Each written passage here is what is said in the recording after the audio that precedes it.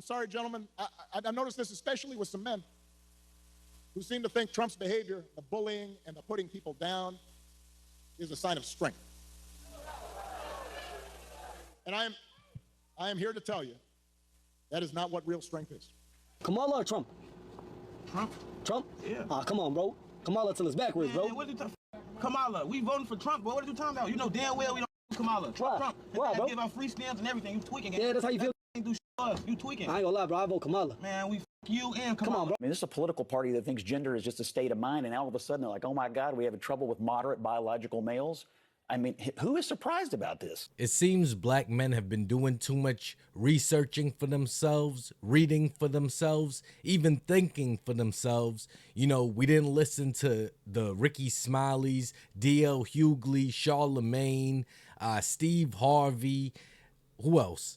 We didn't listen to all these people, the Plies and all that, all these black men that have been put in places of, I guess, some sort of authority where they feel that they could tell black men how we should think and more importantly, how we should be voting come this election season. So when they need somebody to reprimand black men and they need, you know, all the big guns, all hands on deck, this is who they're going to call in. Check out former President Obama chastising black men, saying that we're not showing up in the same numbers for when he ran back in 2008 and 2012. We have not yet seen the same kinds of energy and turnout in all quarters of our neighborhoods and communities as we saw when I was running.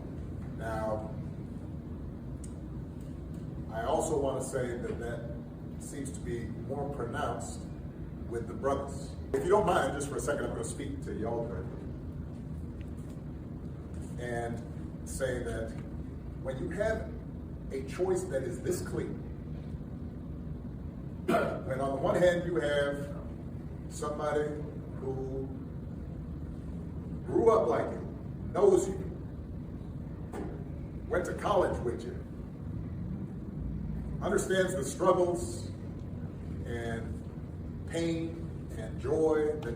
All right, I gotta cut it off. A lot of stuff that he said right there, I think that this is why Kamala Harris's message is not resonating with black men. Did we grow up around family dressed in traditional Indian wear, eating some of the traditional Indian foods? Now that could differ because me personally, I have Caribbean parents, so we did grow up eating curry and stuff like that, but I'm very much still an American black man. Like Kamala Harris, her whole culture, everything that she identifies with, to me, doesn't tell me that she's a black woman. That comes from those experiences. He said to work harder and do more and overcome and achieves the second highest office in the land. All right, y'all see where he's going, but just check out Barack Obama and his body language, all right? He seems very, almost defeated. I don't know. One of the greatest achievements President Obama had for black men was that now we could actually see ourselves being in the position of the president. And all those things is what made him such a great president in many people's eyes. But Kamala Harris is none of that. All right, she's not well-spoken. She's not charismatic. She doesn't have a beautiful black family. And her supporters and her base could wish all they want that she was more like an Obama, but she just isn't. All right, she can't even go off the script a little bit. She doesn't answer questions. Check out this clip where she's at a off-the-script town hall, quote-unquote off the script, and as the camera pans, we see that she is reading off of a teleprompter. I think their problem isn't attacking Trump. Their problem is finding reasons to give people to support Kamala Harris. This stop he made in this plea he's making to African-American men. I mean, he said today, he insulted them. I mean, he, first of all, admits that they're not enthusiastic about her. He said, you just aren't feeling the idea of having a woman as president, and you're coming up with other alternatives and reasons for that. And I think one thing we've seen about Democrats over the years is that when they can't convince you to do something, they begin to insult you. And let the shaming begin. You see how black men are not allowed to have our own minds? All right, if any time that we want to do something that's against the grain, it's, oh, well, you're afraid of a woman to be in power and you're intimidated by that and you're a misogynist and you only agree with Trump because he speaks like this and you think that is strength, as if black men don't know what strength is, as if, we are just, supposed to think what one group of people tell us that we're supposed to think. I don't think it's helpful to insult a group of people who are already not enthusiastic about your campaign, but I think that's what he did today. And this was par for the course when it comes to the Democrats. Obama was just their hidden weapon. In case polls were so low, which they see that they are, they were going to pull him out. And it's funny here that you have a white man speaking on behalf of black men in this situation. But this black woman, look at her. She's got nothing to say, because you know what she probably is thinking, based on her being on CNN and probably supporting Kamala Harris, is that these black men are idiots. They're stupid. And that's what a lot of people on the left tend to think about the black men that are deciding to be conservative or just to vote for Trump at all. Why are black men being lectured to? Why are black men being belittled in ways that no other voting group? Now, a lot of love for former President Obama, but for him to single out black men is wrong. And some of the black men that I have talked to have their reasons why they want to vote a different way. And even if some of us may not like that, we have to respect it. So unless President Barack Obama is going to go out and lecture every other group of men from other identity groups, my message for Democrats is don't bring it here to black men. And shout out to this woman. All right, because nobody else is questioned whenever they vote for whoever they want to vote for. All right, white men aren't questioned, Asian men, Native American men, Hispanic men, but black men are the ones that are constantly targeted, if not by other races, by our own race.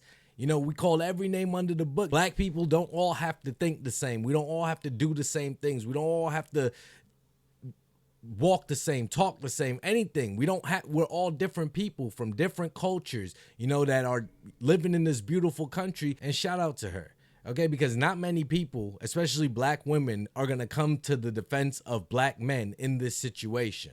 Okay, because black men are deciding to do something that doesn't align with what they believe in, especially when it comes to politics. But Obama would never go lecture the Hispanic community, the Asian community, the Native American community, no other community, but he's going to talk to black men like, well, we don't have enough turnout and we need more enthusiasm behind it. Well, tell the black men that's already over there. In closing, what do you think about former President Obama lecturing black men about showing more support for Kamala Harris, and the brothers need to be out there showing more support for her, marching for her on the social medias for her, making videos, doing whatever they can to get her in office, because she is from where we're from. He wants to see more support like what he saw back when he was running for president in 2008 and 2012, where the black voters showed up and showed out for him. He wants to see that type of enthusiasm, and he's disappointed, and that's why he feels that black men need to be called out, because